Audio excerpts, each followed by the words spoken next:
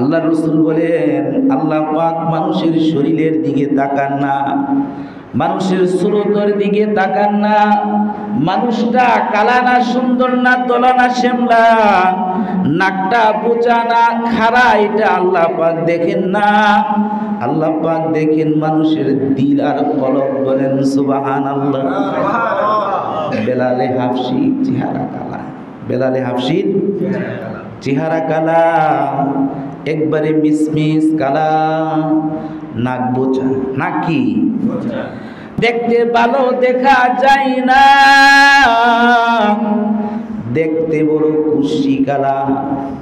আল্লাহ রসুলের মোহাব্বতে, ইসলামের মোহাব্বতে, ইসলামের প্রেম ভালোবাসা নিয়া হাফসা থেকে হিজরত কইরা আল্লাহ রসুলের কাছে আইসা আল্লাহ রসুলের উপরে হাতের উপরে হাত দিয়া কলমা পড়া মুসলমান হইছে। বলেন সুবহানাল্লাহ। আল্লাহর কাছে এত দামি হয়ে গেছে বেলাল। বোচা নাক হইলে কি হবে, শরীর কালা হইলে কি হবে রে বাবা? আল্লাহর কাছে দামি হয়ে গেছে, চামড়া কালা কিন্তু দিল তো সাদা। বলেন সুবহানাল্লাহ। বেলালের শরীর কালা, দিল সাদা, দিলের সাথে আল্লাহর সাথে তাআল্লুক। বেলালের এই তাআল্লুকের কারণে বেলাল এত দামি হয়ে গেছে, মসজিদে নববীতে আজান না দিলে আজানের ধ্বনি আর সে মহল্লায় পৌঁছে না। বেলালের কালা হাফসি গোলাম, আবার গোলামের ওই জমানায় কোনো দাম ছিল না। কি ছিল না? গোলাম বিক্রি হয়েছে, আমি কিনে আনছি গোলাম, হয় না আমার কথা শুনতে। গোলাম রে যা কমু তাই কি শুনতে। গোলাম কিন্তু তার কোনো নিজের এখতিয়ারই কিছু নাই, নিজের কিছু নাই, যেটা কমু এটাই কি। কিন্তু গোলাম সে যদি আমল করে তো আল্লাহর কাছে বড় দামি। বলেন সুবহানাল্লাহ। মালিকের কি দাম? কিছু দাম নেই, মালিকের কোনো কি নাই। কিন্তু গোলাম যদি আল্লাহর জন্য কাজ করে, গোলাম যদি আমলি হয়, তো গোলামের দাম বেশি আল্লাহর কাছে, মালিকের 10 পয়সার কি নাই দাম। তো হুজুর এটা কেমন? আপনার কাছে কোনো উদাহরণ? উদাহরণ আছে। একটা কিতাবের নাম হলো কালুবি। কি নাম বলেন? কালুবি কিতাব। এই তুমি পড়ছো নাকি? কালু এখন মনে পড়ে না। দর্শে নিজামিতে আগে কিতাবটা পড়াইতো। এখানে ফার্স্ট ওয়াকিয়া যেটা ছিল, এই ওয়াকিয়াটার মধ্যে লেখছে একটা গোলাম কি সে বাজারে বিক্রি করতে নিছে। তো জিজ্ঞাসা করছেন দাম কত, কি লেনদেন, সব দাম দস্তুর হয়েছে। তো গোলাম বলে যে আমি আপনার যদি কাছে বিক্রি হই তা আমার 3টা শর্ত আছে। কয়টা শর্ত বলেন? 1 নম্বর শর্ত হলো নামাজের সময় হইলে আপনি কাজ করবো না। বলেন সুবহানাল্লাহ।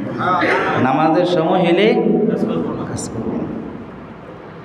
আজকে যদি দিন মজুর নেন, কাজ করে যারা, এদের যদি জিগান তো হেরা নামাজের কথা কইতো না, কইব কি 600 টাকার জায়গা আরো 50 টাকা বাড়াই দিন, নাই মিশা কথা।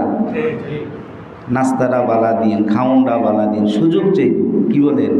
নামাজের কথা কয় যে নামাজের সময় দিয়েন 50 টাকা কমাই দিয়েন, এটা কইব? জীবনও কইব। আমরাও তো কাজ করাই না লোক, বলে যে 50 টাকা বাড়াই দিয়েন, রৌদ্র বেশি উঠছে, বৃষ্টি হয়েছে, এটা করব। মাগার কইব না যে আমারে নামাজের সময় হইলে নামাজের সময় দিয়েন, আর আমার 50 টাকা কমাই দিয়েন, আমারে 550 টাকা দিলেই হবে, এটা বলে কেউ? কিন্তু গোলামের 1 নম্বর শর্ত হইল নামাজের সময় হইলে কিন্তু আপনার কাজ করব না, নামাজের সময় কিন্তু আমারে সুযোগ দিবেন আমি নামাজ পড়া। কই 2 নম্বর কি? কই 2 নম্বর হইল আপনার দিনের বেলা কাজ করব, রাত্রে বেলা করুন না। 2 নম্বর কি? দিনের বেলা আপনার সব কাজ করব, রাত্রে বেলা কোনো কাজ করব। 3 নম্বর শর্ত হইল আপনার রাজপ্রসাদ দরকার নাই, বালা বিল্ডিং এর দরকার নাই, খাটের দরকার নাই, ফ্যানের দরকার নাই, আমারে একটা ঘর দিবেন যেই ঘরের মধ্যে আমি ছাড়া আর কেউ থাকবে না। বলেন সুবহানাল্লাহ। তিন শর্ত মাইনা মালিক তার গোলামরে কিনা নিছে, নিয়া কাম করে নামাজের সময় কাজ করে না, নামাজের সময় নামাজ পড়ে, দিনের বেলা কাজ করে, রাত্রে বেলা করে না। আর একটা তারে ঘর দিছে, যে ঘরটা ভাঙ্গা চূড়া একটা ঘর, যে ঘরের মধ্যে গোলাম শুধু থাকে আর কেউ থাকে না। শুধু গোলামই কি থাকে, আর কেউ। তো মালিক একদিন তার আত্মীয় স্বজনকে দাওয়াত করছে, বন্ধু বান্ধবকে দাওয়াত করছে। রাত্রে বেলা খানা পিনার পরে সবাইরে খাওয়ায় দাওয়ায়া তারে আগ্রহ দেওয়ার জন্য বাড়ির বাহিরে গেছে। গভীর রাত্র হয়ে গেছে। রাত্রের মধ্যে এখন সে চিন্তা করে, আমি যে গোলাম নিলাম দিনের বেলা সে কাজ করে, রাত্রে বেলা করে না, তার কারণটা কি একটু দেখি। মালিক সবাইরে আগাই দিয়ে আইসা গোলামের ঘরের কাছে আইসা দাঁড়াইছে, কারণ তারে তো একটা সাধারণ ঘর দিছে। চুকি দিলে দেখা যায়, আইসা দেখে এত গভীর রাত্র গোলাম কেন ঘুমায় না, তার ঘরের মধ্যে লাইট জ্বলা রইছে, আলো কেন দেখা যায়। উকি মাইরা দেখে গোলাম লাইট না তো, এটা আকাশ থেকে একটা নূরের বাতি আইসা গোলাম রে আলো দিতেছে। এটা ইলেকট্রিক লাইট না, এটা অন্য কোনো লাইট না, এটা আকাশ থেকে একটা নূরের ঝলক আসছে, তাকে বাতি দিতেছে, আলো দিতেছে। আর গোলাম সেজদায় পড়া কাঁদতেছে আর বলতেছে, ইয়া আল্লাহ, দুনিয়ার মালিকের দিনের বেলা কাজ করি আর তোর রাত্রে কাজ করি, যদি দিনের বেলাও দুনিয়ার মালিকের কাজ না থাকতো তো দিনের বেলাও তোর কাজ করতাম। বলেন সুবহানাল্লাহ। গোলাম হইলে কি হবে রে বাবা, সেতে আল্লাহর সাথে তার তাআল্লুক, সে আল্লাহর কাছে দামি। সে সারা রাত সেজদায় পড়া আল্লাহর কাছে কান্দে, নামাজ পড়ে, জিকির করে, যার জন্য আল্লাহর পক্ষ থেকে নূরের আলো আইসা তারে আলো দিতেছে, আর সেজদায় পড়া কাঁদতেছে। মালিক দৃশ্যগুলা দেখতেছে, আর দেখতে দেখতে ফজরের আজানের টাইম হয়ে গেছে। যখন মসজিদ থেকে আল্লাহু আকবরের ধ্বনি শুরু হয়ে গেছে, তখন মালিক চলে গেছে, আর গোলাম মসজিদে গিয়া নামাজ পড়ার জন্য প্রস্তুত হয়ে গেছে। মালিক মনে করছে, আরে এটা তো সাধারণ গোলাম না, যারে রাখলাম সে তো বড় দামি গোলাম। দৃশ্য তার স্ত্রীকেও পরের দিন আইসা আবার দেখাইছে, একই অবস্থা। সকালবেলা তার দরবারে ডাকছে, গোলাম আসো, আমার দরবারে আসো। দরবারে নিয়া বলে, আনতা হুররুন লিওয়াজহিল্লাহ, তুমি আজকের থেকে তোমারে আজাদ করে দিলাম। বলেন সুবহানাল্লাহ। আমার কাজ করতেই না, তুমি যাও তোমার কাজ করো। গোলাম বলে, হঠাৎ করে কেন আমাকে আজাদ করলে? গোলামের প্রশ্ন জাগছে যে আমারে হঠাৎ করে ডাইকে না আজাদ করে দিল, তার কারণটা কি? গোলাম তার মালিকরে জিগাইছে, কেন আমাকে আজাদ করলেন? আমি তার কারণ জানতে চাই। মালিক বলে, তুমি রাত্রিবেলা যে আসল মালিকের কাছে তুমি প্রার্থনা করছো আমার কাজের জন্য, তুমি আসল মালিকের দিনের বেলা কাজ করতে পারো না। আমি সেই দৃশ্য দেখে ফেলেছি। আর দেরি নয়, তোমাকে আজাদ করে দিলাম, তুমি তোমার আসল মালিকের কাজ করতে থাকো। বলেন সুবহানাল্লাহ। গোলামের সাথে আল্লাহর সাথে কেমন তাআল্লুক। গোলাম তো দুনিয়ার কাউকে দেখায় ইবাদত করে না, গোলাম আল্লাহরে ডাক দিছে, আল্লাহ তোর ইবাদত করি, দুনিয়ার কাউকে জানাই না, দেখাই না।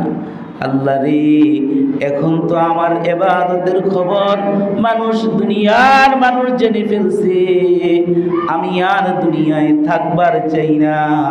ও মালিক, তোর কাছে আমারে লইয়া যা। বলেন সুবহানাল্লাহ। বলতে দেরি হইছে, ফাখাররা মাইতান সইকা, বেহুশ হয়ে মৃত্যু অবস্থায় পড়ে গেছে, সাথে সাথে তার মরণ হয়ে গেছে। সে সাথে সাথে আল্লাহর সাথে সে সাক্ষাৎ করে ফেলেছে। বলেন সুবহানাল্লাহ। গোলাম হইলে কি হবে? তার দুনিয়াতে কোনো দাম না থাকতে পারে, ইবাদতের কারণে, তার কলবের পরিষ্কারের কারণে সে আল্লাহর কাছে বড় দামি হয়ে গেছে। তো এই ইসলাহি প্রোগ্রাম তো মানুষের দিল পরিষ্কারের মাহফিল। কি বলেন? কথা ঠিক? এন আইলে কি কেউ টেয়া দিব না পয়সা দিব? কথা বলেন। টাকা পয়সা আছে, কোনো স্বার্থ কিছু, দিল পরিষ্কার, কলব পরিষ্কার করেন। এটা যদি ঠিক হয়ে যায় তো দেখবেন দুনিয়া সব আপনার ঠিক হয়ে যাবে। বলেন সুবহানাল্লাহ। তো বেলাল হাফসি তো তারে দেখতে কালো হইলে কি হবে? কি বলেন? কথা ঠিক কি? কিন্তু তার দিল যে বালা, সেই মসজিদে নববীতে আজান না দিলে আজানের ধ্বনি আরশে মহল্লায়। সাহাবীরা বলছে, ইয়া আল্লাহর রাসূল, বেলাল তো আশহাদু বলতে পারে না। কি বলে? আসাদু বলে, নাক বোচা। হ্যাঁ, উনি আসাদু বলে, আশহাদু বলতে পারে। তা আরো তো সুললিত কণ্ঠ আছে, কত সুললিত কণ্ঠে আজান দেয় না মানুষে, দেওয়া দোষ না, কিন্তু বেলালে হাফসি আজান তো অত সুন্দর হয় না। তো সাহাবীদের অনুরোধে আল্লাহর রাসূল নামাজের আজান দেওয়াইছে সুললিত কণ্ঠ দিয়া। হ্যাঁ, দিছে তো আরশে মহল্লা থেকে খবর হয়ে গেছে, আল্লাহ পাক জিবরাইল আমিনকে পাঠাইছে, গিয়া তুমি খবর করো মসজিদে নববীতে আজকে কেন আজান হইল না। বলেন সুবহানাল্লাহ। হ্যাঁ, খবর নিয়ে আসছে, ইয়া আল্লাহর রাসূল, আল্লাহ খবর পাঠাইছে আজকে মসজিদে নববীতে আজান হয় নাই কেন? তো জিবরাইল আমিন কয়, আল্লাহ রসুল কয়, কি বলো, আজকে তো আরো সুন্দর কণ্ঠে, সুললিত কণ্ঠে সাধু বেলাল বলতো, আশহাদু যে বলতে পারে তারে দিয়ে আজান দিছি, তো কি বলো এটা আজান হয় না? মানে বেলালে হাফসির আজান তো আরশে আজিম পর্যন্ত বলে। জিবরাইল আমিন বলেন যে বেলাল আজান দিলে তার আজানের ধ্বনি কোথায় পৌঁছে? আরশে আজিম পর্যন্ত পৌঁছে। কিন্তু আজকে তো সেখানে পৌঁছে নাই। আপনার বেলাল মনে হয় আজান দেয় নাই। বলেন সুবহানাল্লাহ। কি দিলওয়ালা এক বেলালে হাফসি, মারছে, কাটছে, জিঞ্জির দিয়া বাঁধছে, রক্ত পড়ছে। হ্যাঁ, বড় এরকম চিৎ কইরা শোয়ায় রাখছে বেলালকে, বালুর মধ্যে চিৎ কইরা শোয়ায় রাখছে, আর বলছে, উমাইয়া আপনি খাল, হয়তো তুমি এভাবেই মরে যাবে, আর নতুবা কলমা ছাইরা দাও। কি ছাইরা দাও? ঈমান ছাইরা দাও। তো বেলাল এই অবস্থার মধ্যে কি বলছে বলেন? আহাদ বলছে। কি বলছে? আহাদ, মাইরালা, কাইটালা, সব কিছু কর, মইরা যামু, তবু এক আল্লাহর এই ধ্বনি মুখ থেকে যাবে না। বলেন আল্লাহ বলে যে বলে স্বীকার করছি, এটা যাবে না আমার মুখ থেকে, আমি এখন এইভাবেই মরে যাব, সাইপাট করে মারা যাব। বেলালের মা বেলালকে জিজ্ঞাসা করছে, বেলাল তোরে এত মারলো, তোর শরীর থেকে রক্ত পড়লো, তোরে চিৎ কইরা শোয়া পাথর দিয়া রাখলো, তুই লড়তেও পারস নাই, এত কষ্ট তোর। কিন্তু বেলাল এত কষ্টের মাঝে তুই তোর মালিকরে ডাক দিলি, তুই আহাদ আহাদ বললি, কি মজা পাইছিলি রে বেলাল, তোর মুখ থেকে আহাদ শব্দ কেন গেল না? বেলাল বলে, মাগো যখন আমি এই অবস্থায় আমার মালিকরে ডাক দিছিলাম, তখন মালিক আমার প্রত্যেকটার ডাকে সাড়া দিছে। মা বলেছে, মা সেদিন আমার মালিক আমার ডাকে আমারে সাড়া দিছে, আমি আহাদ বইলা বইলা আমি স্বাদ পাইছি, আমি আল্লাহরে ডাইকা ডাইকা মজা পাইছি মা। এই জন্য পাথর রাখলেও আমার কোনো কষ্ট হয় নাই, রক্ত পড়ছে আমার কষ্ট হয় নাই, আমার কাছে খুব মজা লাগছে আমার মালিকরে ডাইকা ডাইকা। বলেন সুবহানাল্লাহ। চামড়া কালা, চামড়া নাক বোসা হইলে কি হবে, তার দিল তো ভালো। তার দিল কি? আসল মানুষের জিনিস হইল কলব, মানুষের অন্তর। এটা যদি মানুষের ঠিক হয়ে যায় তো পুরা শরীরই ঠিক হয়ে যাবে। বলেন সুবহানাল্লাহ। আল্লাহ রাসূল বলেন, ইন্না ফিল মুদগাতি জাসাদুন, মানুষের শরীরের মধ্যে একটা গোশতের টুকরা আছে। কি আছে বলেন? ইজা সলুহাত সলুহাল জাসাদু কুল্লু, কয় এই গোশতের টুকরা যদি ঠিক হয়ে যায় তো মানুষের পুরা শরীরটাই ঠিক হয়ে যাবে। বলেন সুবহানাল্লাহ। পুরা শরীরটা কি হয়ে যাবে? ঠিক হয়ে যাবে। আর ওইদা ফাসাদাত ফাসাদাল জাসাদু কুল্লু, যদি এই গোশতের টুকরাটা মানুষের নষ্ট হয়ে যায় তখন পুরা শরীরটাই নষ্ট হয়ে যায়। আল্লাহ রাসূল বলেন, আলা ওহিয়াল কলব, সেই গোশতের টুকরার নাম হলো মানুষের কি? অন্তর। কি এটা? অন্তর, মানুষের কলব, মানুষের হৃদয়। মানুষের হৃদয় যদি ঠিক হয়ে যায় তো পুরা শরীরই ঠিক হয়ে যাবে। বলেন সুবহানাল্লাহ। হযরতে আবু যর গিফারি আল্লাহ রসুলের একজন সাহাবীর নাম। কি নাম বলেন? হযরতে আবু যর গিফারি। আবু যর গিফারি উনি আল্লাহ রসুলের সাথে সবসময় খেদমতে থাকতেন। কোথায় থাকতেন? খেদমতে থাকতেন। এই জন্য আবু যর গিফারি একটা গড়ও করতে পারে নাই, বাড়িও কি করতে পারে। হযরত আবু যর গিফারির গড়ও নাই, কি নাই, বাড়িও নাই, কিছু নাই ওনার। সারা জীবন আল্লাহ রসুলের খেদমত করছে। একদিন আল্লাহ রসুলের কাছে জিবরাইল আমিন আসছে। ঈশা বলে, ওই দেখেন আপনার সাহাবী আবু যর গিফারি চাদর মুড়ি দিয়া যাইতেছে। বলেন সুবহানাল্লাহ। আল্লাহ রসুল কয়, তুমি আবু যর গিফারিকে কেমন করে জিবরাইল চিনো? আবু যর গিফারিকে তুমি কেমন করে? আল্লাহ রসুলকে বলে জিবরাইল আমিন, শুধু আমি একলা চিনি না, আমি কি একলা, আকাশের সব ফেরেশতারা আবু যর গিফারিকে চিনে। বলেন সুবহানাল্লাহ। আল্লাহ। অথচ আবু যর গিফারির বাড়ি নাই, গড় নাই, কিছু নেই, আল্লাহ রসুলের সাথে থাকেন। বলেন সুবহানাল্লাহ। দুনিয়া সে মানুষের টেকা থাকলে কত রংবাজি দেখায়, ক্ষমতা থাকলে কত রংবাজি দেখায়। কি বলেন? কথা ঠিক না? কত বাহাদুরি, সম্পদের বাহাদুরি, টেকার কি টেকার সম্পদ, এগুলি কোনো কাজে আসবে? বলেন, কথা বলেন। কবরে যদি কেউ রাখে নিয়া, তো এই কবরে কি দেখবো? কবর কি কইব যে তোমার সম্পদ কেমন আছিল, কয়টা বাড়ি আছিল, হ্যাঁ, কয়টা জমিন আছিল, কি ক্ষমতা আছিল? আল্লাহ রসুলের মেয়ে ফাতেমার নাম শোনেন নাই? ওনারে কবরে যখন রাখে তো এক সাহাবী গিয়ে বলছে, কবরে গিয়ে বলছে, কবর তোমার কাছে কারে রেখে যেতেছি, তুমি চিনো তাকে? সে হইল রাসূল করিম সাল্লাল্লাহু আলাইহি ওয়াসাল্লামের কন্যা।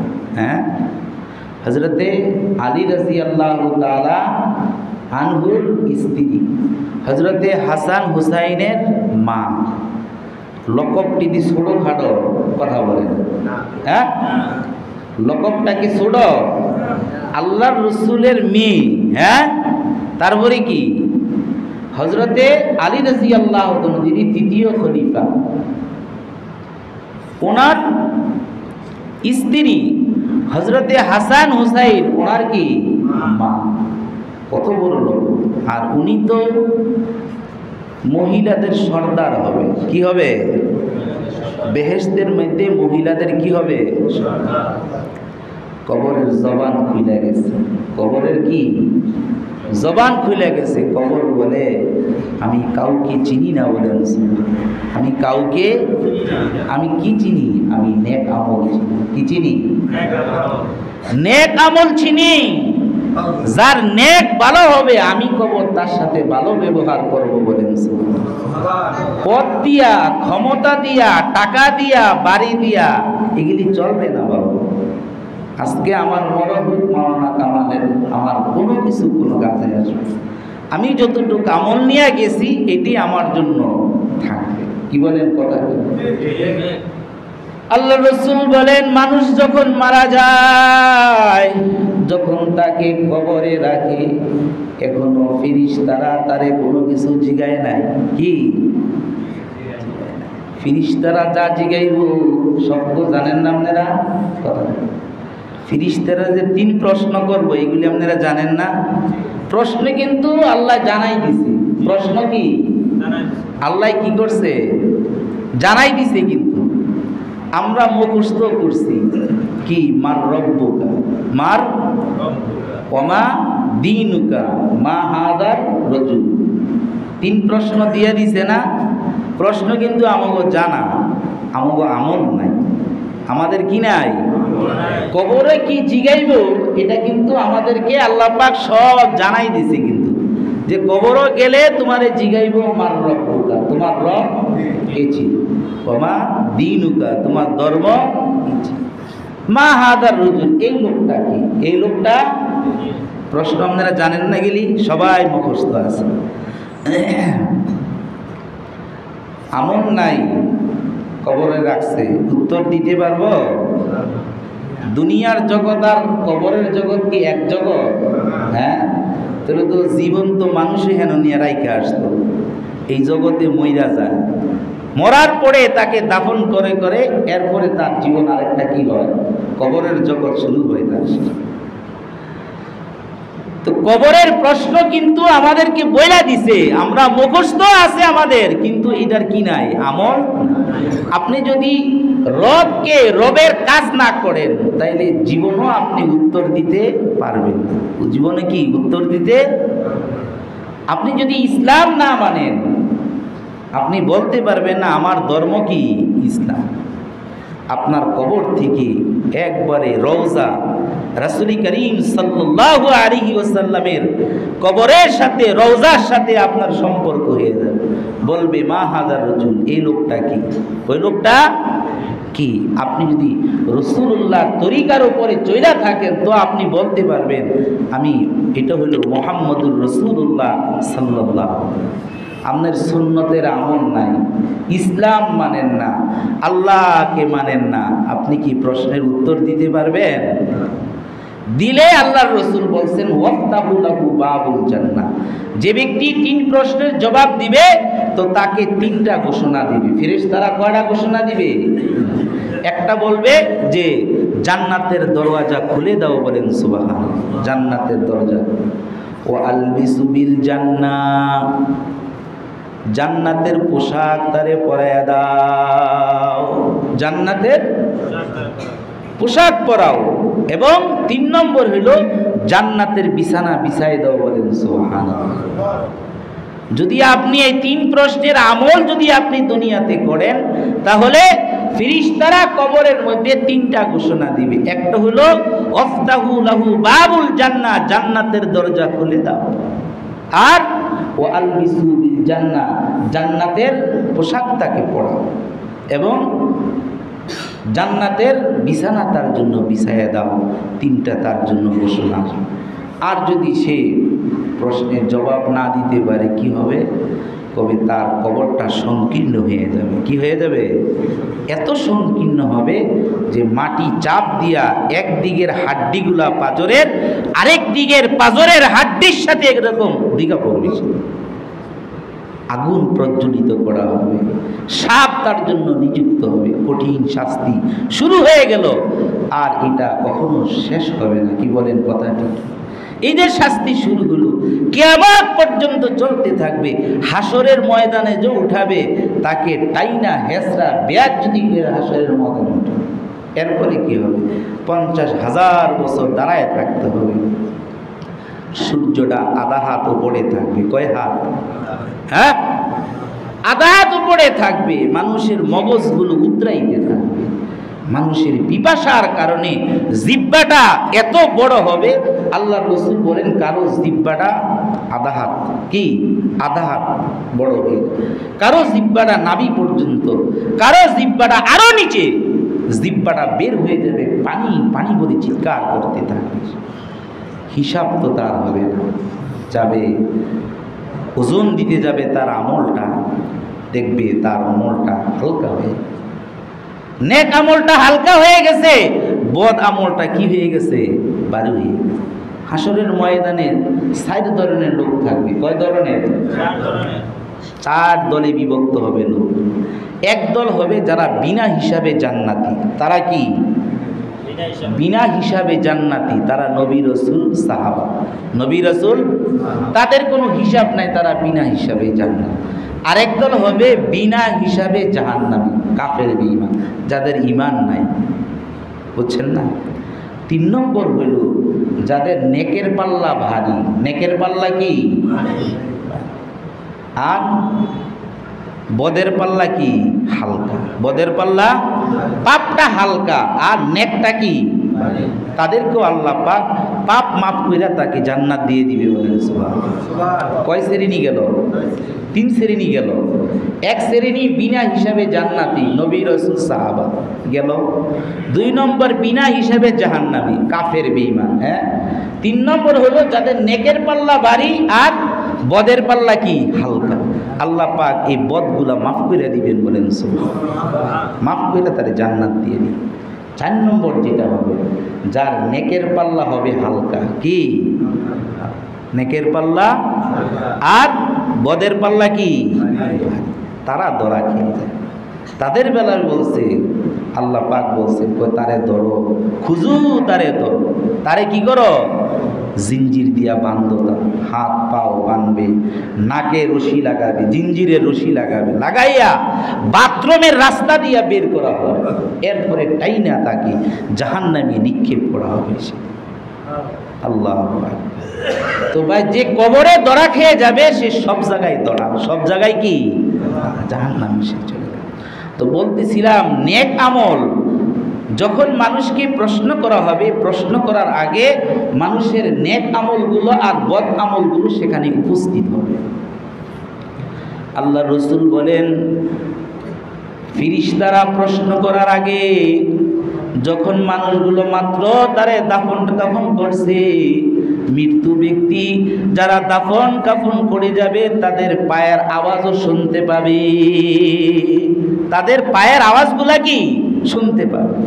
তখন তার কাছে তার নেক আমলগুলো হাসানুল ওয়াজহে, নেক চেহারার বাসবে, তার কাছে আসবে। নেক চেহারায় কি আসবে। তো মৃত্যু যে ব্যক্তি লাশ পেয়ে সেখানে গেল, কবরওয়ালা বলবে, মান আনতা, তুমি কি? বলবে, আমি তোমার নেক আমল। বলেন সুবহানাল্লাহ। আমি কি? তোমার নেক আমল। আমি তোমার নেক আমল হইয়া তোমার কাছে আসছি। বলছে, তুমি কি করবা? কয়, তোমাকে আমি জান্নাত পর্যন্ত পৌঁছাই দিব। বলেন সুবহানাল্লাহ। হাদিসের মধ্যে দেখে তখন তার পুরা কবরটা সুগন্ধি দিয়ে ভরপুর হয়ে যাবে। একবারে সুগন্ধি খুব গ্রাণ গেইতে থাকবে, জান্নাতের দরওয়াজা। এই নেক আমলে জান্নাতের পরিবেশ তাকে করে দিবে, বলেন সুবহানাল্লাহ। আর যদি তার নেক আমল না থাকে, বদ আমল, তো বদ আমলটা একবারে কুষ্টি চেহারা হইয়া তার কাছে উপস্থিত। বলবে কি? বলবে তুমি কে? আমি হইলাম তোমার বদ আমল। কি বদ আমল?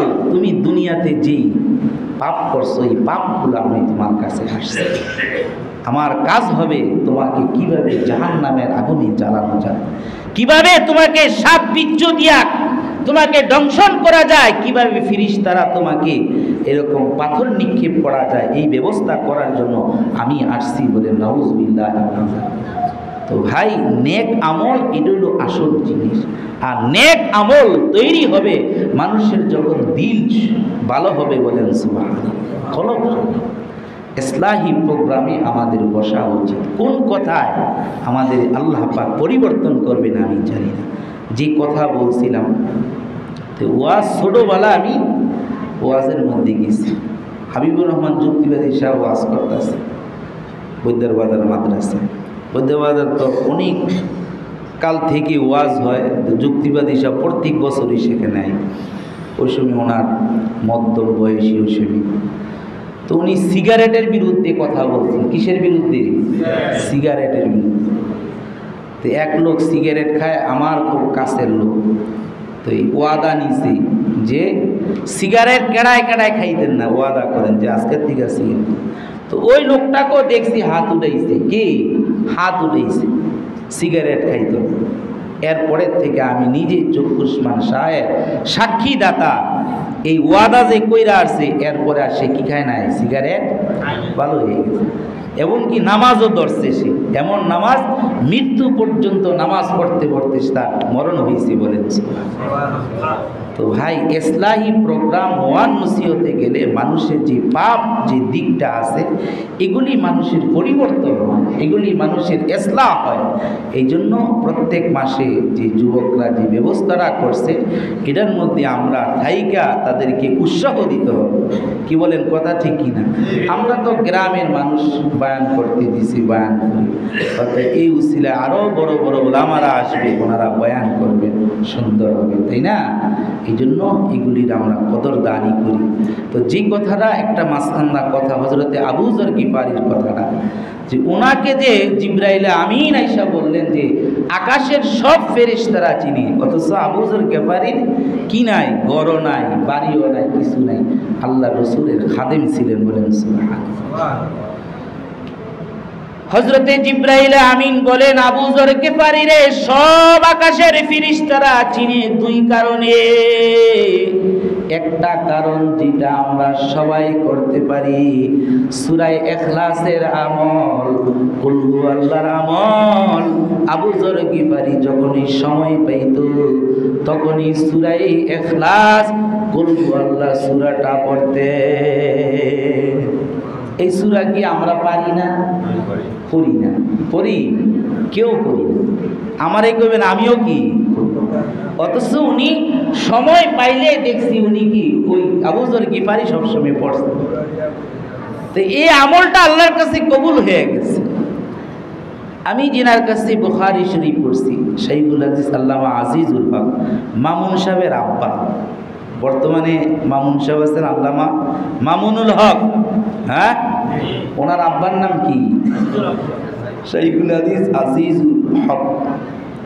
ওনার কাছে বুখারী পড়ছি মালিবাগ জামিয়ায়। তো ওনারে দেখছি একটা আমল সবসময়, মাঝে মাঝে হুজুরে আমি আবার, উনি ওই সময় এত ভালো করে হাঁটতে পারতেন, মোহাম্মদপুর থাকতেন, ওইখান থেকে উনি একটা, ওই সময় আমাদের ওই সময় ছিল সিএনজি ছিল না, বেবি আসিল না, ওই যে আগের বেবি দিয়ে উনি আসতেন। মোহাম্মদে ফজরের নামাজের পরেই সাথে সাথে উনি এখানে আসতেন। তো হুজুরের একটা অভ্যাস ছিল, হুজুরের একটা বেলের শরবত খাইত। বেলের, আমাদের মালিবাগ জামিয়ার নিচে ওই বেলের শরবত বিক্রি করতেন। তা আমারই তো কামাল, একটা বেলের শরবত নিয়ে আসো আমার জন্য। তা আমি শরবত নিয়ে যেতাম হুজুরের জন্য, অনেক সময় হুজুরে দইরা নিয়ে যেতাম ইয়াতে, দোতলায় আমাদের ক্লাস হতো। তো হুজুরের একটা আমল দেখছি সব সময়, বুখারী শরীফের যে একটা শেষ হাদিস, অনেকেই তো এটা সবকে আপনারা জান, এই সুবহানাল্লাহি ওয়া বিহামদিহি সুবহানাল্লাহিল আযীম, আছে না দুইটা তাসবিহ? আছে কি আছে না? হুজুরে দেখতা উনি সব সময় তাসবিহটা পাঠ করতেন, বলেন সুবহান, পড়তে কিন্তু সব হাদিসের মধ্যে এটাই লেখছেন, কালিমাতানে হাবিবাতানে ইলার রহমান, দুইটা কালিমা যেটা আল্লাহর কাছে অনেক প্রিয়। আল্লাহর কাছে কি অনেক প্রিয়। খফিফাতানে আলাল লিসান, বলতে পারেন তো এটা মনে হয় অনেক, যেহেতু এটার দাম বেশি, আল্লাহর কাছে প্রিয়, এটা মনে হয় অনেক বড় এবং কঠিন, হয় না। খফিফাতানে আলাল লিসান, যেটা জবানে একবারে কি হালকা, পড়তে অনেক কি সহজ, কিন্তু সকিলাতানে ফিল মিজান, ওজনের মধ্যে ভারী। ওজনের মধ্যে কি, আমলের মধ্যে যখন তাকে ওজন দেওয়া হবে তখন এটা ভারী হয়ে যাবে। সেই দুইটা কালিমা হলো কি, সুবহানাল্লাহি ওয়া বিহামদিহি সুবহানাল্লাহিল আযীম, সুবহানাল্লাহি ওয়া বিহামদিহি সুবহানাল্লাহিল আযীম। পড়তে কিন্তু সহজ, পড়তে কি একবারে সহজ, কিন্তু আমরা পড়ি না। হুজুরে দেখছি পড়তে বইতে সব জায়গার মধ্যে আমলটা করছে। এই আমলটা কি, আবু যর গিফারি, আমরাও মুখস্থ পারি, আমরা কিন্তু করি না। সূরা ইখলাসের আমল, সূরা কি ইখলাসের আমল, উনি সব সময় সূরা ইখলাসের আমল করতেন। আর 2 নম্বর ওনার গুণ ছিল, উনি নিজে ছোট মনে করতেন। কি মনে করত? মানুষ কিন্তু অনেক বড়, মানুষ কি আল্লাহর কাছে বড় দামি মানুষ, কিন্তু নিজের ছোট মনে করতে, একবারে ছোট মনে করতে হযরত আবু যর গিফারি। তো জিবরাইল আমিন কইছে তার এই 2টা গুণ আছে। কয়টা গুণ? 2টা গুণ, যে গুণের কারণে আকাশের সব ফেরেশতারা চিনে আল্লাহ পাক তারে পছন্দ করছেন, বলেন সুবহানাল্লাহ। এবং আবু যর গিফারির একটা কঠিন করুণ কাহিনীও আছে, যে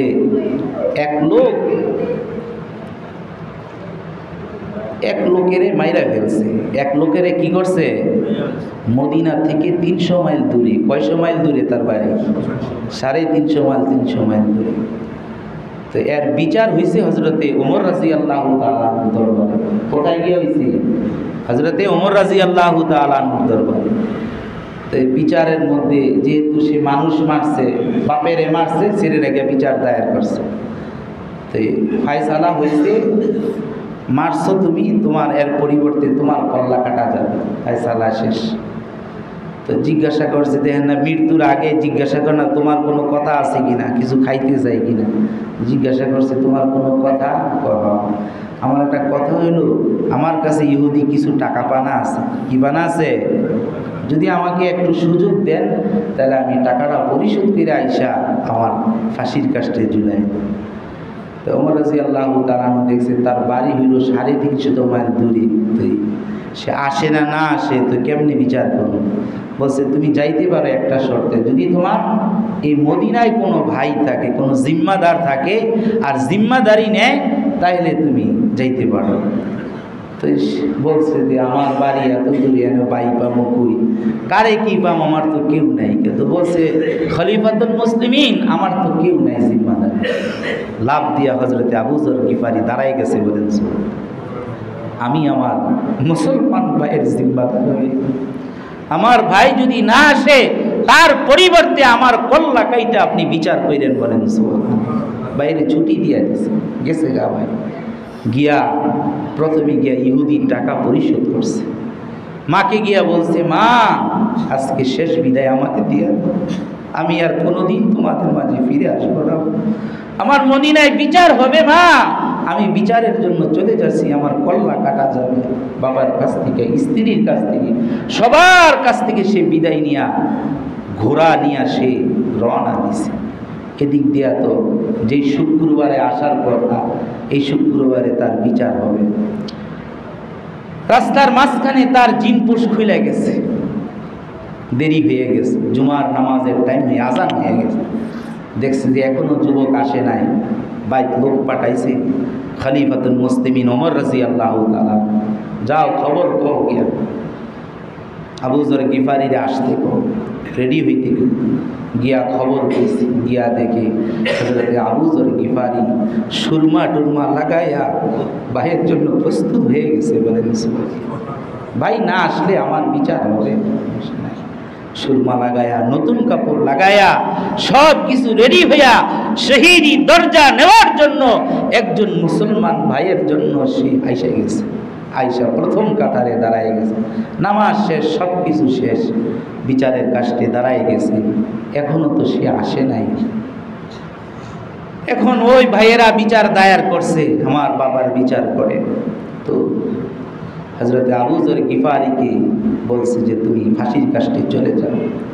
জল্লাদকে আদেশ দিয়েছে, জল্লাদ যাও, তার কল্লা কাইটা বিচার আদেশ তুমি বাস্তবায়িত। জল্লাদ এক পাও যায়, দুই পাও পিছে যায়, জল্লাদের চোখ দিয়ে পানি পড়তেছে। বলেন সুবহানাল্লাহ। খলিফাতুল মুসলিমিন জিজ্ঞাসা করছেন, ও জল্লাদ তুমি কাঁদো কেন, তোমার চোখে পানি কেন, তুমি তো এই কাজ করো? বলে যে এতদিন অপরাধীর কল্লা কাইটা বিচার বাস্তবায়ন করছি, আজকে একজন নিরপরাধ মানুষের কল্লা কাইটা, এটা আমার মন মানতেছে, আমার মন বলতেছে অপরাধী কোথায় গেল, অপরাধী তো নাই, আদেশ হয়ে যাবে, কল্লা কাটবে। এই অবস্থার মধ্যে দেখতেছে ঘোর দৌড়াইয়া ওই যুবক আইসা উপস্থিত হয়ে গেছে। বলেন সবার কাছে মাপ চাইছি, আমার দেরি হয়ে গেছে, আপনারা মাফ করে দেন আমাকে। হযরতে ওমর রাদিয়াল্লাহু তাআলা যুবককে টান দিয়া তার কপালে একটা চুমা দিছে। বলেন সুবহানাল্লাহ। বলছে যুবক, তুমি নিজের কল্লা কাটার জন্য 350 মাইল দূর থেকে তুমি যখন এখানে আসতে পারছো, তুমি ইচ্ছা কইরা মানুষ মারো নাই। বলেন সুবহানাল্লাহ। তোমাকে তো আল্লাহ আগেই মাফ কইরা দিছে, তুমি নিজেকে পবিত্র হওয়ার জন্য। তবে ইসলামের বিধিবিধান তোমার বিচার করতে হবে, এই জন্য যাও, তুমি সেখানে যাও, তোমার কল্লা কাটা ইসলামের বিধি। যেই দুই ভাইয়ে বিচার চাইছিল, সেই দুই ভাই যখন দেখছে এই অবস্থা, একটা যুবক 350 মাইল নিজেকে পবিত্র করার জন্য যে যুবক আসতে পারে, সে তো আমার বাবাকে ইচ্ছা করে মারতে পারে না। বলেন দাঁড়ায় গেছে এই দুই যুবক। ও খলিফাতুল মুসলিমিন, আমরা সেই দুই যুবক যারা আমার বাবার হত্যার বিচার চেয়েছিলাম, আজকে উল্টা একটা আমরা আরজি করতেছি, আমরা তার মাফ করে দিলাম। আমার ভাই ইচ্ছা করে আমার বাবাকে মারে নাই, আমার ভাইকে আমাদের সাথে দিয়ে দেন, তাকে নিয়ে আমরা বাড়িতে চলে যাই। বলেন সে আবু যর গিফারি, তার বাড়ি ছিল না, ঘর ছিল না, কিন্তু আল্লাহর কাছে বড় দামি মানুষ ছিল। এই জন্য ভাই আমাদের দিল পরিষ্কার করি, কলব পরিষ্কার করি, তো আল্লাহর কাছে আমরা দামি হইতে পারবো। এই ইসলাহি প্রোগ্রাম আল্লাহ পাক কবুল করেন, সকলে বলি আমিন।